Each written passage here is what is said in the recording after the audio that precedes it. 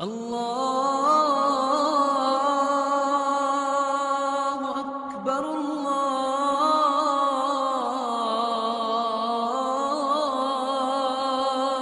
اکبر۔ ایک جنگ ہوئی ہے یرموک، جس میں روم کی طاقت ٹوٹ گئی۔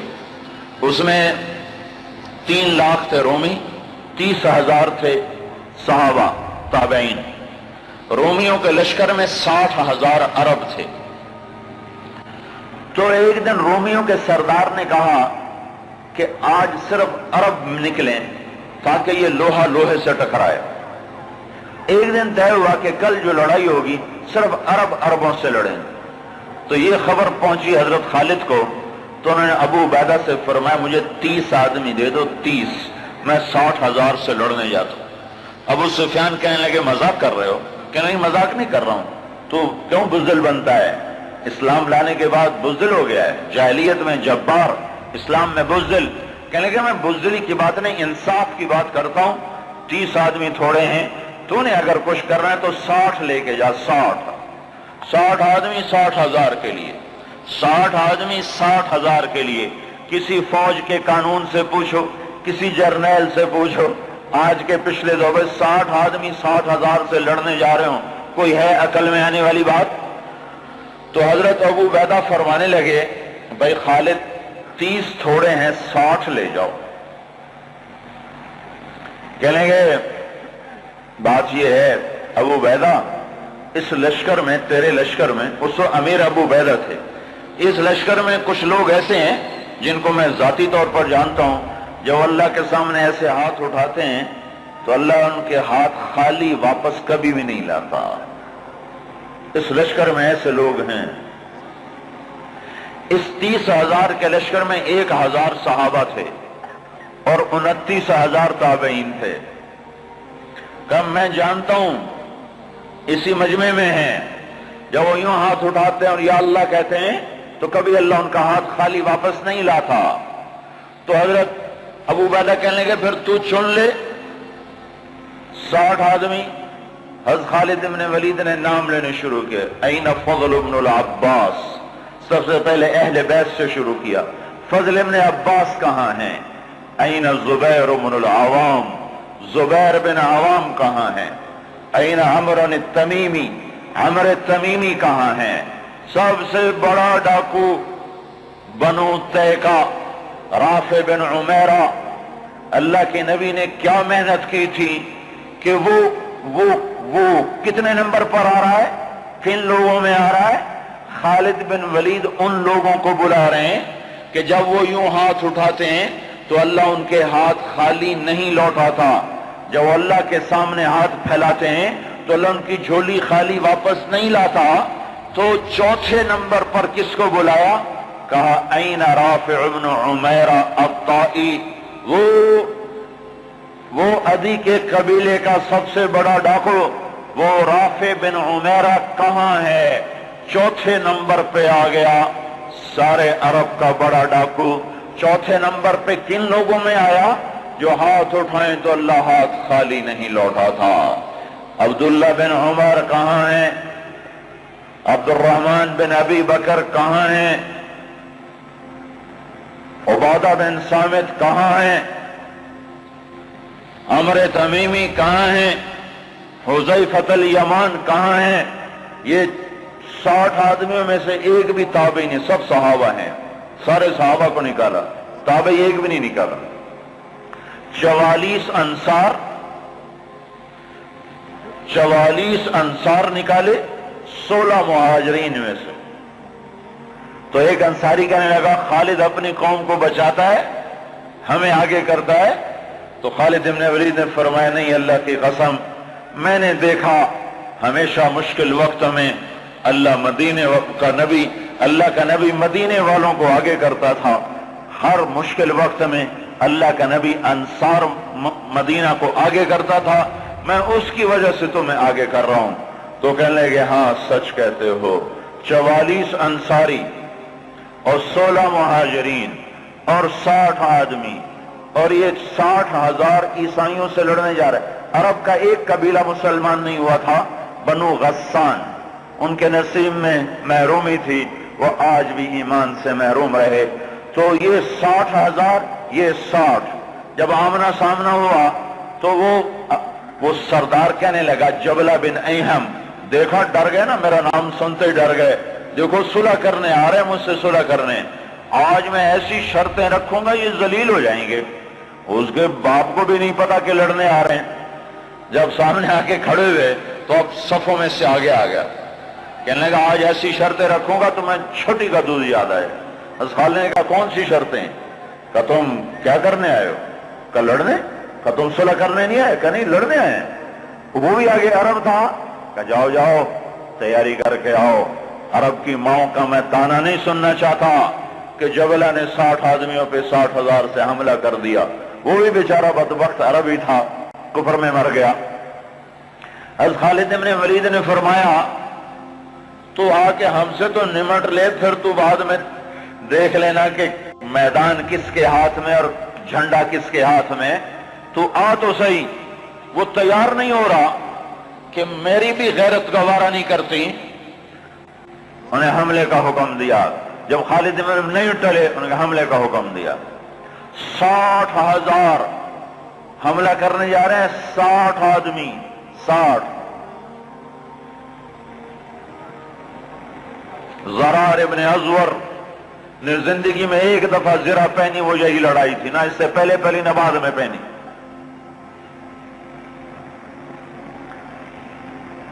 صف نہیں ٹوٹ سکی، حملہ ناکام ہو گیا۔ پھر دوسرا حملہ کیا، صف نہیں ٹوٹ سکی، 60 آدمی، 60,000، تصور کرو۔ پھر تیسرا حملہ کیا، صف ٹوٹ گئی۔ جب صف ٹوٹی تو خالد بن ولید نے فرمایا 6 کی ٹولیاں بن جاؤ، 6 تو 6 ایسے ٹولیاں بن گئے۔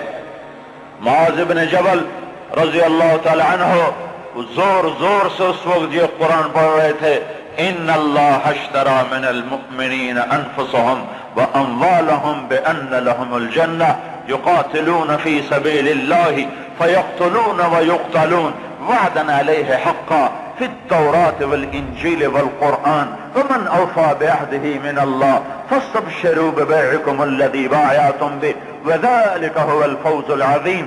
یہ آیات پڑھی جا رہی ہیں اور ایمان میں بہار آ رہی ہے۔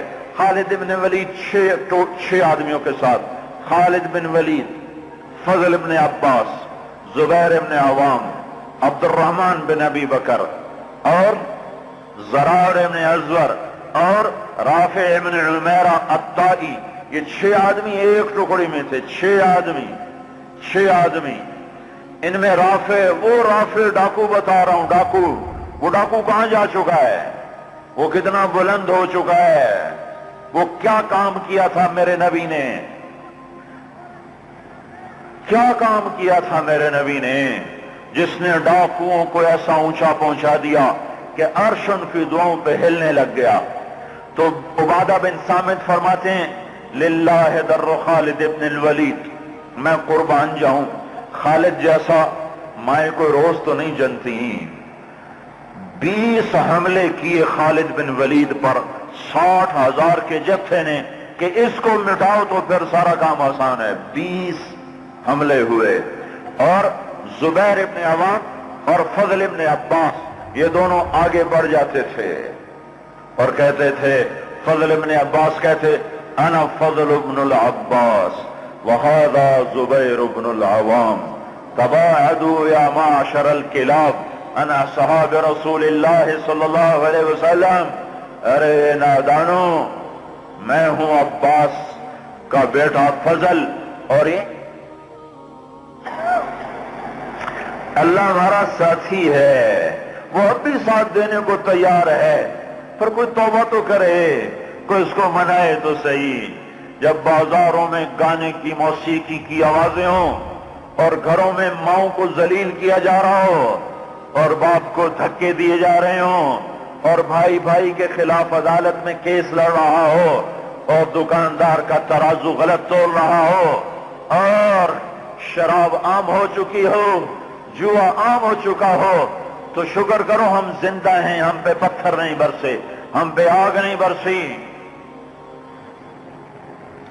اللہ سے سچا ساتھی کوئی نہیں، اللہ سے سچا دوست کوئی نہیں، پر اس کو ساتھ لینے کا ایک طریقہ ہے جو ہم سے چھوٹا ہوا ہے۔